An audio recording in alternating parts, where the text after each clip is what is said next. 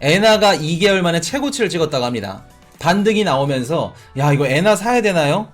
엔화 지금 코인이슈님 픽 주신다길래 기다리고 있는데 엔화 지금 사야 되나요? 반등 나오네요.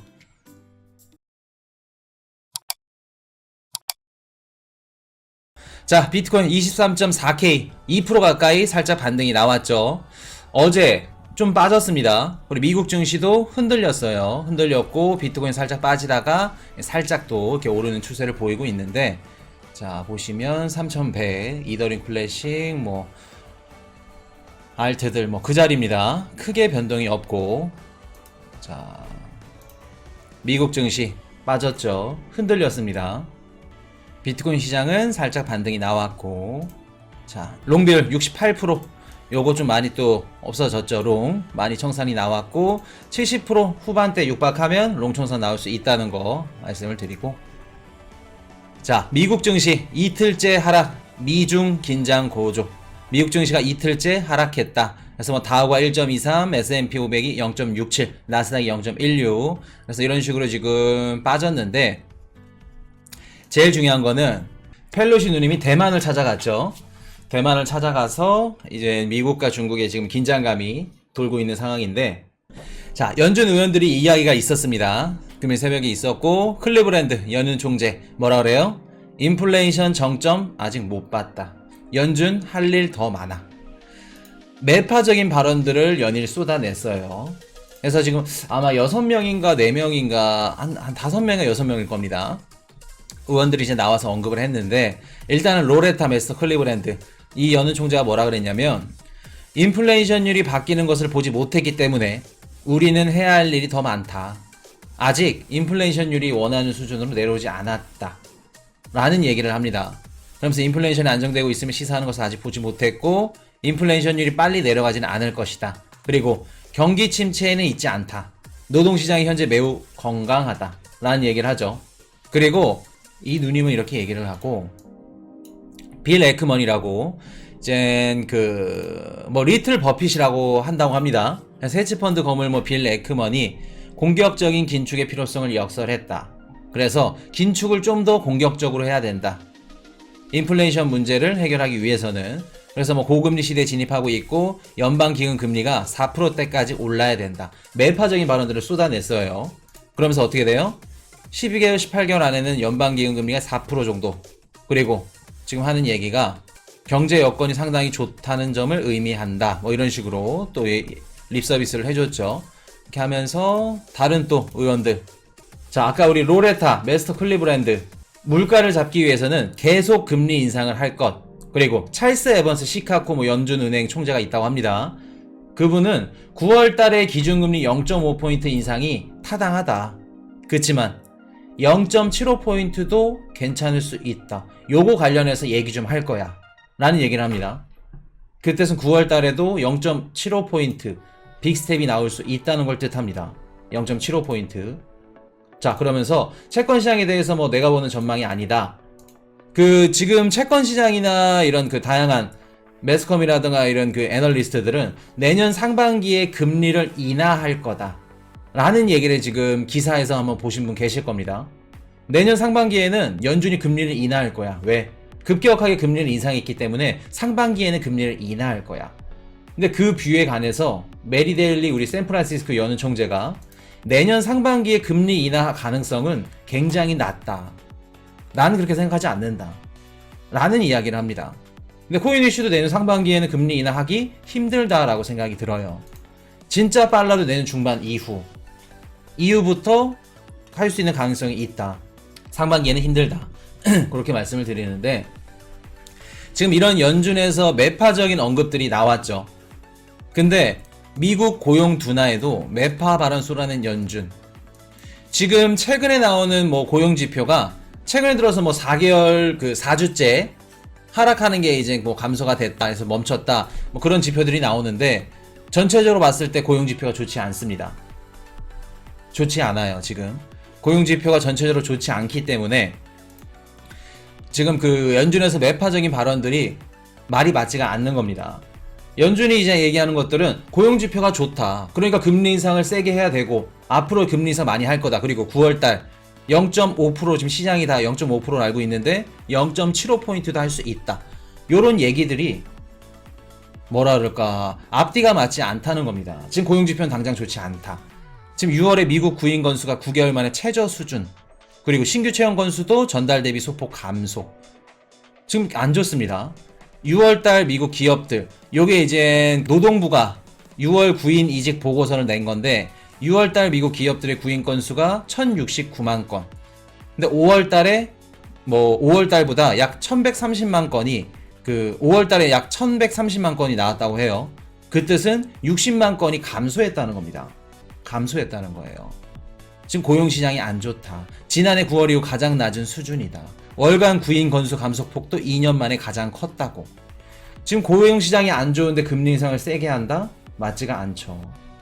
지금 이런 상황이라는 거, 자, 한번 말씀을 드리고. 자, 펠로시 누님이 대만을 갔어. 근데 대만을 갔는데 이 화폐의 가치가 상승을 하네? 이 화폐가 뭘까? 가격이 왜 뛰는 걸까? 엔화가 왜 뛰는 걸까? 우리 정하늘님. 엔화가 2개월 만에 최고치를 찍었다고 합니다. 반등이 나오면서 야, 이거 엔화 사야 되나요? 엔화 지금 코인이슈님 픽 주신다길래 기다리고 있는데 엔화 지금 사야 되나요? 반등 나오네요. 지금 미국이랑 중국 대립하고 있죠. 상대적으로 위안화랑 달러 흔들리겠죠. 그렇게 되면 당연히 엔화가 단기적으로는 엔화의 수요가 몰린다. 지금 보시면은 미국 10년물 국채 수익률입니다. 지금 살짝 이렇게 1.73% 올랐는데, 자, 이거 기점으로 해서 쭉 올랐죠. 미국 국채 금리가 올랐네. 왜 올랐을까? 국채 금리 오른 이유, 엔화 가치가 또 오른 이유까지. 엔화는 올랐고 국채 금리가 올랐어. 자, 일단 연준 위원들 무슨 발언했죠? 매파적 발언을 했죠. 금리를 올릴 거다. 금리 인상 해야 된다. 야, 9월 달에 지금 시장 투자자들이 0.5%인데 0.75% 할 수도 있지 않겠냐. 인플레이션 아직 안 잡혔다. 금리를 세게 올린다는 얘기들이 나오니까 국채 금리가 살짝 이렇게 뛰죠. 뛰면서 국채 가격이 하락했다는 건 시장에 미국채를 던지는 물량들이 나왔다는 겁니다. 그 뜻은 미국과 중국이 지금 국제적 정세가 불안하니까 상대적으로 엔화를 담으면서, 일본 국채 담으면서 미국 국채 매도량이 증가했다, 나왔다. 그렇게 해석을 하시면 됩니다. 그렇게 해석을 하시면 되고, 일단은 이번 달 좋게 봤는데 쉽지가 않아요. 참 쉽지가 않습니다. 빈집이었는데 참 쉽지가 않다는 거. 스케줄 표부터 말씀을 드릴게요. 자, 8월 4일 주간 신규 실업수당 청구 건수 21시 30분, 예측치가 25만 5천 건. 요런 지표들이 중요하다고 말씀을 드렸었죠. 8월달 9월달에는 고용지표가 굉장히 중요하다. 왜? 고용지표로 인해서 우리 9월달 연준이 9월 22일 금리 인상을 0.5포인트로 갈지 0.75 빅스텝을 갈지 요런 것들 결정이 난다. 8월 5일 미국 비농업 고용지수 지표 예측치가 25만 5천 건. 제일 중요한 건 8월 10일 미국 소비자 물가지수 CPI 저번 달에 9.1% 나왔습니다. 9.1%보다 높게 나오던가 9% 나오면 시장에 하방 압력을 줄 수 있다. CPI 쇼크가 나올 수 있다. 요거 말씀을 드리고, 8월 17일 미국 소매 판매 지표 예측치 0.8%, 그리고 8월 18일 유럽존 소비자 물가지수 CPI 발표, 그리고 9월 8일 미국 베이지북 발표까지, 그리고 9월 20일 대망의 연준 금리 인상, 요거 중요합니다. 일단 우리 낸시 펠로시 하원 의장 누님, 우리 펠로시 누님이 이따 이거 말씀을 드릴게요. 좀 디테일하게. 우리 펠로시 누님이 지금 대만에 방문을 하면서 아마 대만 방문 이전에 싱가포르인가 아마 방문했다는 걸로 알고 있습니다. 갔다가 이제 대만 방문했다가 이제 우리나라 와서 이제 이것저것 얘기를 하는데 다 이런 것들이 있어. 간 이유가. 우리 이전 영상에서 말씀드렸던 치포, 어디라고 말씀드렸죠? 치포? 중국을 견제하는 우리 치포, 미국, 그리고 대만, 그리고 한국, 그리고 일본까지 얘네들 이제 얘기를 해야 되기 때문에, 또 얼마 전에 우리 또 미국 반도체법 승인이 됐죠. 가결을 했고 요런 것들 얘기를 하려면 당연히 가야 돼. 어차피 일본은 의미 없어. 무조건 미국 애들이야. 이제 대만이랑 한국이 아마 8월 말까지 너네 답변을 해라 확답을 받기로 했다고 합니다. 8월 말까지 우리가 이제 어디에 붙을지 자세한 걸 얘기를 해야 되는데 요거까지 한번 분석을 해드릴게요. 자, 일단은 지금 6월달 미국의 구인 건수가 9개월 만에 최저 수준으로 떨어졌다고 합니다.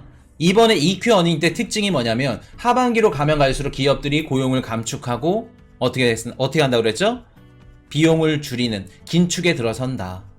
그런 얘기를 했는데 지금 고용시장이 계속해서 안 좋아지고 있어요. 자, 보시면 건수가 1069만 건이 나왔는데 5월 달에 1130만 건이라고 합니다. 한 60만 건이 구인 건수가 감소를 했다는 거예요. 노동시장이 지금 안 좋다는 거죠. 그리고 월스트리트 저널에서 6월 9일 건수가 3개월 연속 감소하고 지난해 9월 이후 가장 낮은 수준이다. 시장 전망치보다도 밑도는 수치다. 안 좋다는 겁니다. 근데 연준 위원들 반대로 얘기하죠. 지금 고용시장 좋다. 좋으니까 괜찮다. 금리 인상 세게 나갈 거다. 그 즉슨 뭐예요? 연준에서 앞으로 있는 포월드 가이던스를 말을 안 한다는 거는 9월 달에도 빅스텝을 밟을 수 있는 확률이 높다라는 걸 뜻합니다. 그러면 9월달, 11월달, 12월달 3개월 내에 0.75포인트라던가 뭐 0.5포인트를 두 번 한다던가 이런 빅스텝이 나올 수 있다는 겁니다. 지금 시장 투자자들은 0.5포인트 9월달 그리고 11월, 12월에 0.25포인트 그렇게 예상을 하고 있는데 0.5포인트 두 번 나오던가 아니면 0.75 한 번 나오고 0.5, 0.25 이런 식으로 나올 수 있다는 거예요. 그렇기 때문에 9월달에 만약에 0.5 이상 나온다 0.75 이상 나온다. 그렇게 되면 시장은 빠질 확률이 높습니다. 그렇게 보시면 되고. 그래서 지금 연준 위원들 언급이 뭐 금리 인상 높게 해야 된다. 0.75포인트도 열어놔야 된다. 그리고 내년 상반기 금리 인하는 아직 시기상조다. 요런 것들, 요런 발언들이 국채 금리를 어떻게 했어요? 올렸죠. 올렸다는 것은 국채 가격이 하락했다는 걸 뜻합니다. 국채 가격 하락한데 또 이유 일본 엔화가 올랐죠. 미국과 중국이 싸우니까 엔화가 상대적으로 오르면서 미 국채 매도량이 나왔다는 겁니다. 그렇게 되면서 엔화가 어떻게 됐어요? 엔화가 살짝 오르는 2개월 만에 최대치 그런 식으로 보시면 되고 지금 엔화가 반등하나요? 엔화 이제 최저점 찍고 계속해서 올라가나요? 물어보시면 아닙니다. 미국, 중국 대립으로 인해서 국제적 불안으로 잠시 상승한 것일 뿐 최저점 다시 갱신할 것. 지금 매수는 아니다. 그렇게. 자, 속보가 떴다고 한번 찾아보겠습니다. 바로 즉석에서 분석 한번 해드릴게요. 이게 근데 참 신기한 게 언제부터 이게 오펙에서 증산을 하고 뭐를 하고 이렇게까지 신경을 썼는지 참 코인이슈 방송을 만나면서 이렇게 바뀌신 분들도 많으실 겁니다. 저도 많이 바뀌었으니까. 질문을 해주셨네요. 10만 증산이 하는데 원유는 왜 오르는겨? 왜 오를까?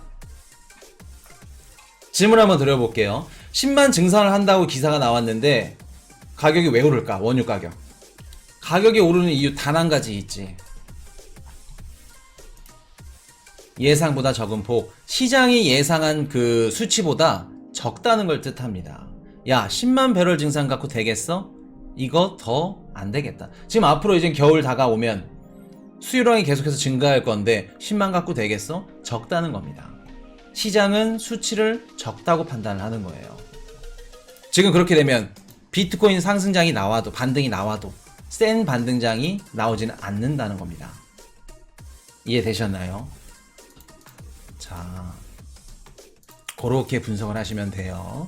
그렇게 분석을 하시면 되는데 지금 이거 링크가 있으면 좋은데 일단은 요거 링크 올려주시면 한번 제가 말씀을 드릴게요. 말씀을 드리고 제가 이전에 뭐 아마 확실한 게 아니라서 또 말씀을 드리기가 좀 그러네. 속보가 나왔다고는 하는데 자, 오펙 플러스 9월 하루 생산량 10만 배럴 증산 키로 속보가 나왔죠. 자, 뭐 이거 틀린 기사는 아닐 거니까 제가 이전엔 오펙 플러스에서 8월 3일날 증산할 확률이 높다라고 말씀을 드렸나요? 아니면 증산할 확률이 적다라고 말씀을 드렸나요? 한번 올려주세요. 이게 제가 금요일날 방송 나갈 거, 원래 오늘 방송이 나갔어야 됐는데 준비를 다 했는데 누구야 이 누님, 펠로시 누님이 대만을 가가지고 속보가 막 계속 나와. 또 늦을 순 없으니까 한번 밀렸습니다. 자, 높다라고 말씀을 드렸었죠. 바이든이 빈살만을 찾아가서 이것저것 얘기가 안 됐어. 뭐 월스트리트 저널이라던가 미국 매체들은 뭐라 그랬어요? 아, 이거 안 좋다. 바이든이 한 게 없다. 다 공화당이나 이제 그 보수 단체들, 매체들이 다 하나같이 비판을 했습니다. 근데 지금 당장 빈살만이 뭐 증산한다 가자마자 이렇게 내게 되면은 빈살만도 자존심이 있어. 그리고 공화당에서 바이든이 이제 빈살만 찾으러 갔을 때 트럼프가 또 대선 출마를 또 얘기가 나왔었죠. 그럼 공화당 애들한테도 눈치가 보여. 지금 당장 11월 8일날 공화당이 이길 수도 있는 건데 지금까지는 그 공화당이 이길 확률이 높죠. 근데 이제 이런 것들, 오펙 플러스 생산량 증산, 그리고 반도체법 이런 것들 통과, 그리고 또 저번 시간에 말씀드렸던 우리 인플레이션 또 법안 430조인가 그런 것도 인프라 법안들이 이제 통과가 되면 바이든이 또 이렇게 역전을 할 수도 있는 겁니다. 그래서 만약에 증산 얘기가 나오면 8월 3일날 기대해도 좋다, 기대해볼만 하다 라고 말씀을 드렸었습니다. 8월 3일날. 근데 10만 배럴 증산하고 9월 뭐 하루 생산량 이런 식으로 나오는데 이제 기사가 자세히 나오면 알겠지만 이런 것들이 좀 뭐라 그럴까 세부 내역들이 있을 겁니다.